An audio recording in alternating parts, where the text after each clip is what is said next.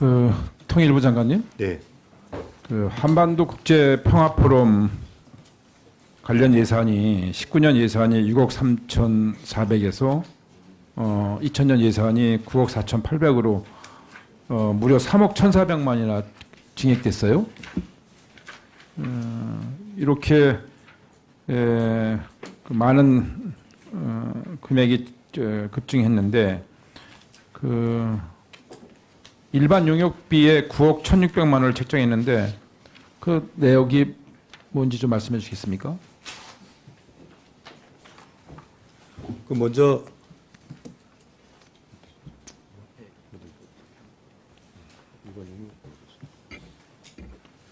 일단 KGF 관련돼서는 저희들이 지금 이제 하고 있는데 국내에 일종의 그 1.5트랙하고 그리고 해외의 전문가들을 하고 있는데 하루 정도 더 늘렸으면 좋겠다라는 여론들이 있어서 그걸 좀 반영을 해서 증액을 했고요.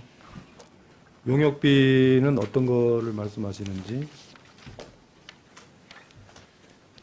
일반 용역 그러니까 일반 용역비에 9억 1,600만 원을 책정했는데 그 상세 내역을 말씀해 달라는 겁니다.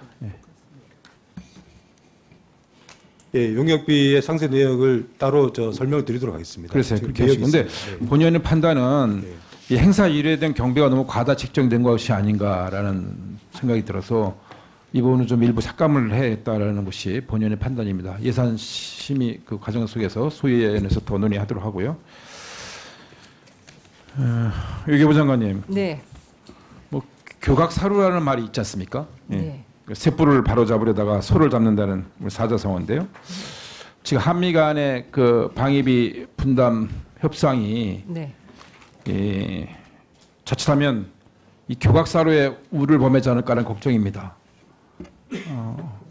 최근에 그 방위비 협상 관련돼서 전략자산 비용 문제 부담과 관련된 그 논의 사항이 언론에 보도되고 그래서 이런 것들을 잘 정확히 모르는 국민들이 그 한미 동맹의 어떤 그런 한미 동맹 건강한 한미 동맹으로 가는 것에 대해서 잘못된 판단도 할 수 있겠다라는 생각이 들어요. 그래서 이런 방위비 협상이 지혜롭고 건강하고 합리적이고 상식적으로 잘 진행이 돼서 미래지향적으로 가서 한미 동맹이 더 강화되는 쪽으로 가야 되는데 최근 논의 과정을 보면 훼손될까 봐 본의원은 심각하게 우려하면서 지금 지켜보고 있는 상황입니다. 그 전략자산 전개 비용을 1억 달러 요구했다고 했는데 어떤 언론 보도는 뭐 또 그런 사실이 없다고 하고 어떤 보도는 구체적으로 괌에서 발진한 그 전폭기 그 비용에 대한 요구를 했다고도 보도가 되고 있어요. 어떤 게 사실입니까? 예, 지금까지 뭐 2차 협의를 했습니다만 이 전략자산 전개 비용에 대한 그 구체적인 요구는 없었던 걸로 보고를 받았습니다. 예. 정말 없습니까? 예, 그 항목에 대한 요청은 없었다고 제가 보고를 받았습니다. 그러면 전략자산 전개 비용이 없다면 이렇게 그 미국에서 갑자기 많은 부담을 요구하는 것이 상식적으로 납득이 잘 되지 않는데요. 뭐 다른 이유가 있어서 그 분담금 요구를 우리 쪽에 더 하지 않았습니까? 하지 않겠어요? 예, 그 구체적인 협의 내용에 대해서는 지금은 이 공개적으로 말씀드릴 사항은 아닌 것 같습니다. 그렇지만 하여튼 그 간극이 매우 크고 그렇지만은 말씀하신 대로 우리가 그 미래지향적으로 이 동맹을 강화하는 방향으로 합리적이고 공평한 분담금을 한다 하는 그런 정신으로 지금 협의에 임하고 있습니다. 그래서 제가 본의원이 지난번 국정감사 때도 이 말씀 한번 드렸는데 사실 주한미군 주둔 비용과 관련된 거하고 전략자산 비용 전개하고는 조금 다른 차원의 협상이 이루어져야 된다고 본의원 판단하고 있거든요. 어떻게 생각하십니까? 예, 그 말씀에 공감합니다. 그래서 제가 계속 주장하는 건 뭐냐면 지금 북핵 폐기를 위한 비핵화 회담이 성공적으로 진행되면 다행인데 이거 실패로 돌아갔을 경우에 그 트럼프 리스크도 제거하고 또 이 전략자산 비용 전개와 같은 부담을 우리 쪽에 요청하는 미국의 입장도 우리가 일부 수용하면서 대신에 우리도 유럽의 나토식처럼 핵공유를 하자. 한미 핵공유 협정을 체결하자. 한미 연합사가 핵을 공유하자. 이런 식으로 좀 새로운 창의적인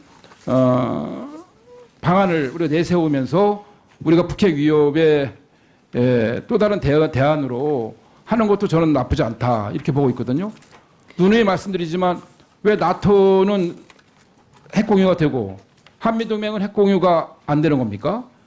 그래서 이 문제를 우리가 진지하게 좀 전향적으로 검토를 해서 근본적인 우리 안보 문제에 대해서 새로운 해법을 찾아나갈 필요가 있다. 본의원 이렇게 판단하고 있습니다. 어떠십니까, 장관님 생각은? 네, 의원님께서 그러한 생각도 그러한 이 신념을 갖고 계신 건 누누이 이 자리에서도 말씀을 해주셨습니다만 우리 정부의 입장은 완전한 한반도 비핵화입니다. 그리고 우리는 1992년 그 남북 비핵화 공동선언을 하면서 전술핵을 다 뺐습니다.